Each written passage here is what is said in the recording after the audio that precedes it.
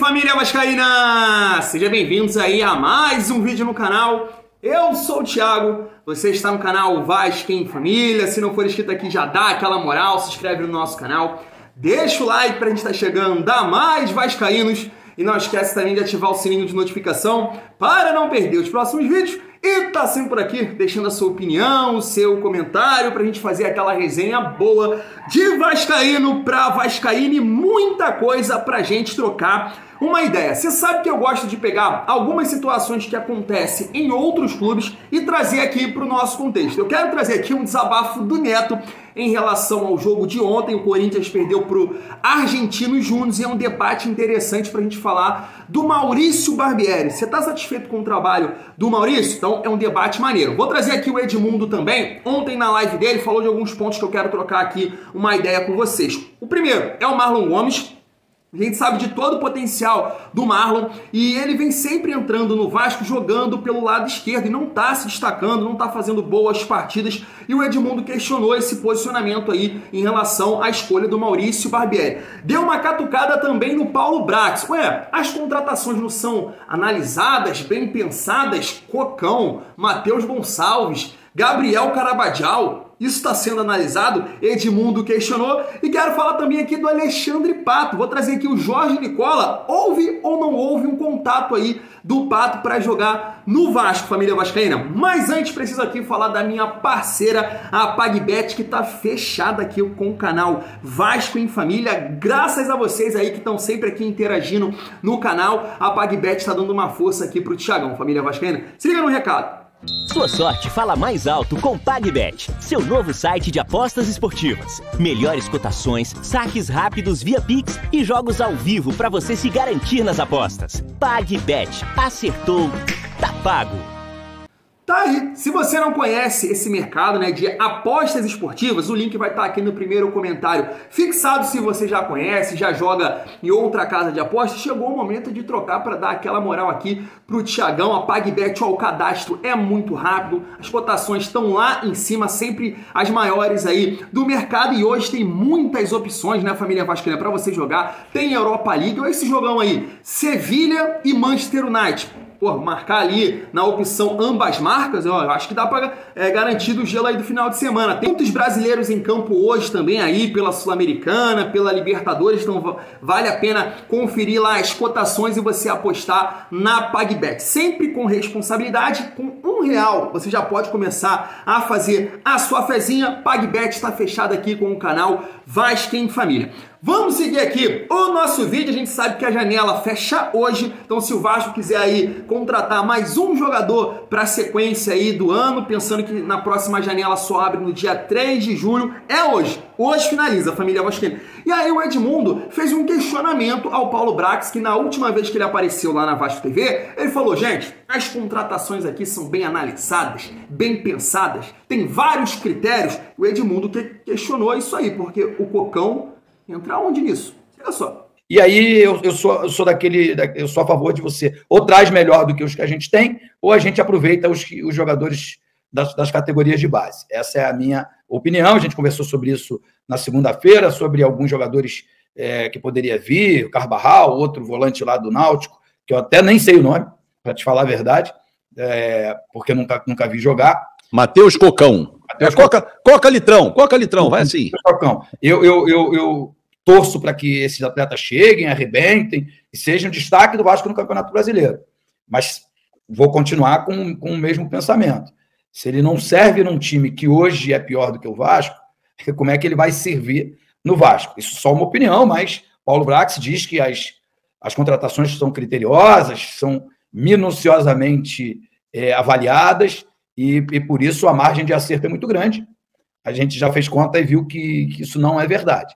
Mas ok, a verdade é que o Vasco tem um time forte, competitivo. Tá aí, palavra do Edmundo e eu assino embaixo, cara. Você sabe que eu sou um cara que tô com um discurso aqui de bastante otimismo, estou até sendo chamado de passador de pano, Mas isso aí realmente, na minha visão, é um absurdo, né? Não se justifica a contratação do Cocão e não se justifica de forma nenhuma a contratação do Matheus Gonçalves. Se for dessa maneira, você dá oportunidade para os jogadores da base. Gabriel Carabajal também. Pô, Thiago, justifica a contratação desse jogador? Eu tenho um ponto aqui para te colocar, família vascaína. Se eu chegar aqui e falar para você... falasse pra você um tempo atrás, poxa, cara, o Vasco tá precisando de um 10, de um meio armador, um cara que possa articular esse meio campo. Eu apareço aqui com o nome do Lucas Lima ou do Luan, dois jogadores que já tiveram aí os seus momentos, né? Jogaram muita bola em determinado momento da carreira. Sabe o que você ia falar? Você é maluco, você não entende nada de bola. O que você tá falando aí, Thiago? Porra, pelo amor de Deus! E aí o Gabriel Carabajal, ele é reserva do Lucas Lima. Então, nada mais é essa contratação, na minha visão, um erro de planejamento. Paulo Brax não conseguiu a contratação desse meia articulador e é uma peça fundamental no trabalho do Maurício Barbieri. Se você pegar a maneira que ele jogava lá no RB Bragantino em 21, em 22, ele sempre teve esse meia e o Vasco hoje não encontra. Tanto que joga aí com Jair e Andrei, dois jogadores que são segundo volante, não tem essa característica de organizar um jogo. Então, nada mais isso. Concordo plenamente com o Edmundo, trouxe aqui para debate, quero saber a sua opinião. Dentro dessa resenha que a gente está tendo aqui, quero levantar o nome do Alexandre Pato, porque realmente houve um contato, se liga só. E esse papo de que Alexandre Pato foi oferecido ao Vasco, confere. Antes de gravar o vídeo, conversei com uma pessoa próxima ao atleta e com uma pessoa da minha confiança dentro do Vasco. Existiu de fato uma sondagem, um contato, um oferecimento, mas isso já faz alguns dias. O Pato, com o Rogério Ceni à frente do São Paulo, havia entendido que não teria condição de ser contratado pelo tricolor e liberou seu empresário a procurar clubes brasileiros dispostos a fechar com o atacante. O Vasco tentou nos últimos dias encontrar um ponta esquerda. Até por isso o nome do Pato foi sugerido aos dirigentes da 777, mas não causou grande empolgação, tudo por causa da lesão recente do Pato. Jogador com mais de 30 anos de idade, que não atua desde agosto do ano passado e precisou passar por uma cirurgia no joelho. Ninguém sabe ao certo quando ele vai ter condição ideal de jogo. Olha só, família, então, segundo aí a informação do Jorge Nicola, Pato tentou cavar aí uma vaguinha no nosso Vascão, né, cara? De forma nenhuma eu aceitaria o Pato. Até o Nicola falando ali que, poxa, um ponto esquerdo o Vasco tá tentando achar e o Pato poderia ser uma opção. Não, né? Se o Vasco acertasse com o Pato, era para ser sombra ali do Pedro Raul. O Pato jogando pelos lados, pô, nunca teve essa vontade toda e, pô, já tá com uma certa idade para fazer esse ir e vir aí. Ele, com certeza, não ia aguentar. Então, de forma nenhuma eu cogitaria o Pato no Vasco, queria o Pato no Vasco. É um jogador que realmente surgiu com muito potencial. Vira e mexe tá aparecendo aí, né, aqueles cortes, né, da internet aí do Cafu falando do potencial do Adriano, do Pato, que era um jogador que realmente ele colocava muita fé aí para a seleção brasileira, mas nunca vingou, irmão. Tá com dinheiro, tá com o bolso cheio de dinheiro, mas dentro de campo realmente não vingou e de forma nenhuma eu queria Alexandre Pato no Vasco, mas tentou cavar aí uma vaguinha no nosso Vascão, família vascaína. Quero saber também aí a sua opinião. Vamos seguir aqui o nosso vídeo para falar do Marlon Gomes, né? Um cara, que eu boto muita fé, cara. Eu acho o Marlon muito bom de bola, né? Quando o Andrei voltou, a gente sempre resenhou aqui, né, cara? Olha esse meio campo aí. Andrei, Jair, Marlon Gomes, isso não aconteceu, porque ainda bem que apareceu também aí o Rodrigo, né? Um volante que, apesar da idade de ser jovem, tem muita noção de cobrir espaços, foi muito bem aí contra o Atlético Mineiro, então uma grata surpresa. O Rodrigo é titular absoluto nesse momento. Mas, na minha visão, acho que o Marlon Gomes está sendo escalado de forma errada, sempre quando entra ali no segundo tempo. E o Edmundo, cara, pensa da mesma forma que eu queria compartilhar aqui com vocês. Liga só. E o Barbieri está tentando encontrar um time ideal. Eu gosto dessa ideia, né? Porque o pessoal mais antigo, a gente está acostumado a falar o time do 1 ao 11, né? Como era as camisas tradicionalmente nas décadas passadas. E ele entende que o melhor jogador de quarto homem, né? O quarto homem de meio campo, esse melhor jogador é o Alex Teixeira. Por isso que ele, quando substitui, ele bota o Marlon ali daquele lado. Mas eu preferia ver o Marlon, se ele estiver bem, se estiver jogando, eu preferia ver ele ao lado do Andrei ou ao lado do Jair, né? No triângulo. E no triângulo de meio campo. Né? E o quarto homem pode ser alguém, e eu gosto da ideia do PEC, não, independente do lado, o quarto homem não necessariamente tem que ser só pelo lado esquerdo. Eu acho que é essa leitura que falta ao Barbieri. Quem é o lateral esquerdo ou direito do time adversário que avança mais, que deixa mais espaço nas suas costas? Quem é o zagueiro mais lento? Entendeu? E aí você, ora, joga com Eric Marcos. Eric Marcos? Acertei? Acertou, isso aí. E não foi relacionado. E não foi relacionado, por opção do Barbieri. Atenção também. Ou que seja o Egnaldo, ou que seja o Figueiredo, um jogador que tenha força física para vir ao meio-campo, ajudar na marcação e depois sair em velocidade pelo lado num possível contra-ataque. Agora, alguém que tenha força de fazer esse vai e vem. E me parece que o Marlon não está ainda fisicamente pronto para fazer esse vai e vem e nem tem essa velocidade toda para puxar contra-ataque. Agora, cara, o cara que está no dia a dia, a pessoa que está no dia a dia, que no caso agora é o Barbieri, ele enxerga melhor do que a gente que só vê os 90 minutos do jogo. Eu cansei de ver leões de treino, cansei de ver jogadores que eram promessas e não vingaram, cansei de ver jogador que se destacou muito em time pequeno, quando bota a camisa do grande, não vai. Né? Todas essas coisas, elas são normais dentro do cenário do futebol.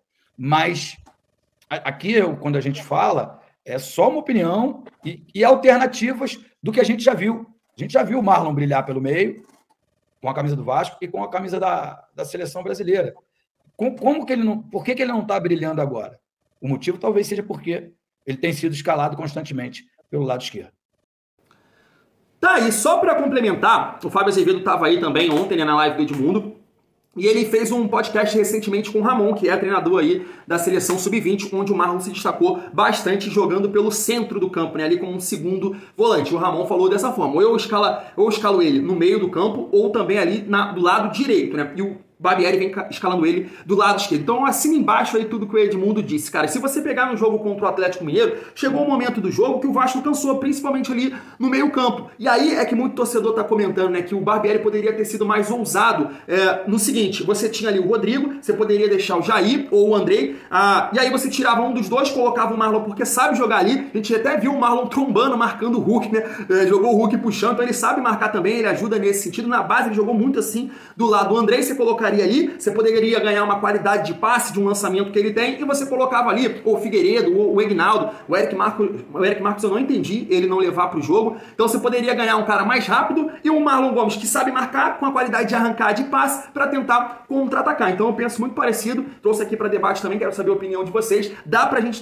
esperar mais do Marlon Gomes, mas eu acho que o Barbieri tá escalando errado também, família vascaína. E para finalizar o nosso vídeo, preciso trazer esse desabafo aqui do Neto e colocar no nosso contexto, né, cara? Porque o Barbieri foi um treinador bastante questionado em determinado momento, né, quando ele fez as modificações que não deram certo, quando o Vasco jogou muito mal contra o ABC, um time sem criatividade, as eliminações. Foi questionado também quando chegou ao Vasco, né, porque falavam assim, poxa, cara, é um treinador que não está acostumado com a pressão. Eu mesmo pontuei isso, né? Não está acostumado com a pressão lá no RB Bragantino, que acontece aqui no Vasco da Gama. E aí, cara, eu tava vendo as críticas, eu gosto muito de acompanhar tudo que acontece no futebol pra gente falar aqui, né? E eu tava acompanhando o jogo de ontem, eu vi o jogo todo, Corinthians e Argentino Júnior. Colocavam o Corinthians bem à frente do Vasco em termos de elenco, por ter Roger Guedes, Yuri Alberto, Renato Augusto, um time que foi o quarto colocado do ano passado no Campeonato Brasileiro, chegou até as quartas de finais da Libertadores e foi vice-campeão da Copa do Brasil, perdendo nos pênaltis. E é um time que tem sérios problemas de criação, coisa que o Vasco vem vivendo aí, né, recentemente. A gente imagina que no Campeonato Brasileiro, se o Barbieri não fez nenhum ajuste, a gente pode voltar a viver. E aí eu queria trazer aqui o desabafo do Neto para trazer para o nosso contexto. Se liga só. Só para deixar bem claro para vocês todos aí, que é o seguinte, quando um time é mal treinado, quando um time, no intervalo, você coloca o Rony, que ele não é atacante, ele não é um jogador que vai para frente, e você coloca o Romero, e você escala mal, você substitui mal, você não consegue ter nenhum tipo de velocidade, nenhum tipo de jogada, é porque é um time mal treinado. E aí vem muito nisso que acontece com o Fernando Lázaro. Ele não consegue fazer o time jogar. Ele não consegue ter determinação, ele não consegue ser treinador do Corinthians e vai sofrer, porque a única bola é sempre pro Roger Guedes. E o Argentino Júnior deitou e rolou, foi merecido a vitória. E eu não tenho dúvida nenhuma disso, que o Fernando Lázaro tem que sair, porque senão o Corinthians não vai ter sequência nesse ano. Já vai ter dificuldades contra o Remo e vai ter dificuldades no Brasileiro. Não dá para o Fernando Lázaro ser o treinador do Corinthians. Desculpa, ser treinador é diferente de ser auxiliar. Ser treinador do Corinthians, o cara tem que ter o cara tem que ter o cara tem que ter irmão. O cara tem que ter objetivo. O cara tem que saber. Não pode fazer o que ele fez no intervalo. É um absurdo você ter essa visão. Ó, vocês, que muita gente que não é corintiano aqui falou, o que ele fez? Isso, tá aí. Tá aí, né? O Neto é uma figuraça, né, cara? Mas pegando esse gancho aí do Neto falando que o Fernando Lázaro não é treinador para o Corinthians, e é um time que tá com muita dificuldade. Ó, foi contra o Ituano, foi contra o Remo, foi ontem contra o Argentino Júnior, muita dificuldade de criação. E o Fernando Lázaro, ele perdeu uma peça muito importante nesse esquema tático, que é o Renato Augusto. Jogador que o Vasco não tem nesse momento no elenco, que é aquele cara, porra, inteligente demais, né? Pra falar assim, cara que acha os atacantes, que faz o jogo girar, que consegue segurar uma bola. O Vasco não tem, esse meio campo tá tentando achar. Então, trazendo para o nosso contexto, a dificuldade que o Corinthians tem é a dificuldade que o Vasco teve contra a Volta Redonda, ABC. É um problema do Barbieri ou é um problema de elenco? Qual é a sua visão em relação a isso? E sabe o que eu vou te falar, família vascaína? Acho que é muito mais um problema de elenco, de montagem de elenco, que o Paulo Brax errou. Ele errou. Porque se você pegar aí o trabalho do Maurício Barbieri no RB, eu venho falando isso, tanto em 21, que ele se destacou, sendo sexto colocado brasileiro e vice-campeão da Sul-Americana, ele tinha esse meio armador. E em 2022, que foi muito mal, né? Foi muito mal, todos os jornalistas colocam dessa maneira, quem acompanhou o trabalho dele, ele tinha ali o Johan, né, que tá agora no Atlético Mineiro. E mesmo assim, indo muito mal, o Barbieri foi um dos melhores ataques. Se eu não me engano, ele foi o sexto melhor ataque da competição, mesmo o time indo muito mal. Então, o Barbieri, ele tem uma característica ofensiva. Só que hoje ele não tem esse jogador de criação, né? Coisa que o Fernando Lázaro deve estar sofrendo muito sem o Renato Augusto, né, família vascaína? Então, acho que é um debate maneiro. Até nós, vascaínos aqui, colocavam o Corinthians à frente do Vasco, e é um time que tem muita dificuldade. Então, você imagina o Vasco que tá montando um elenco agora, chegando vários jogadores, não vai ter essa dificuldade aí de propor o jogo, ainda mais que não tem essa peça aí, família vascaína. Então, eu defendo muito o trabalho do Maurício Barbieri. Claro que eu questiono algumas mudanças, alguma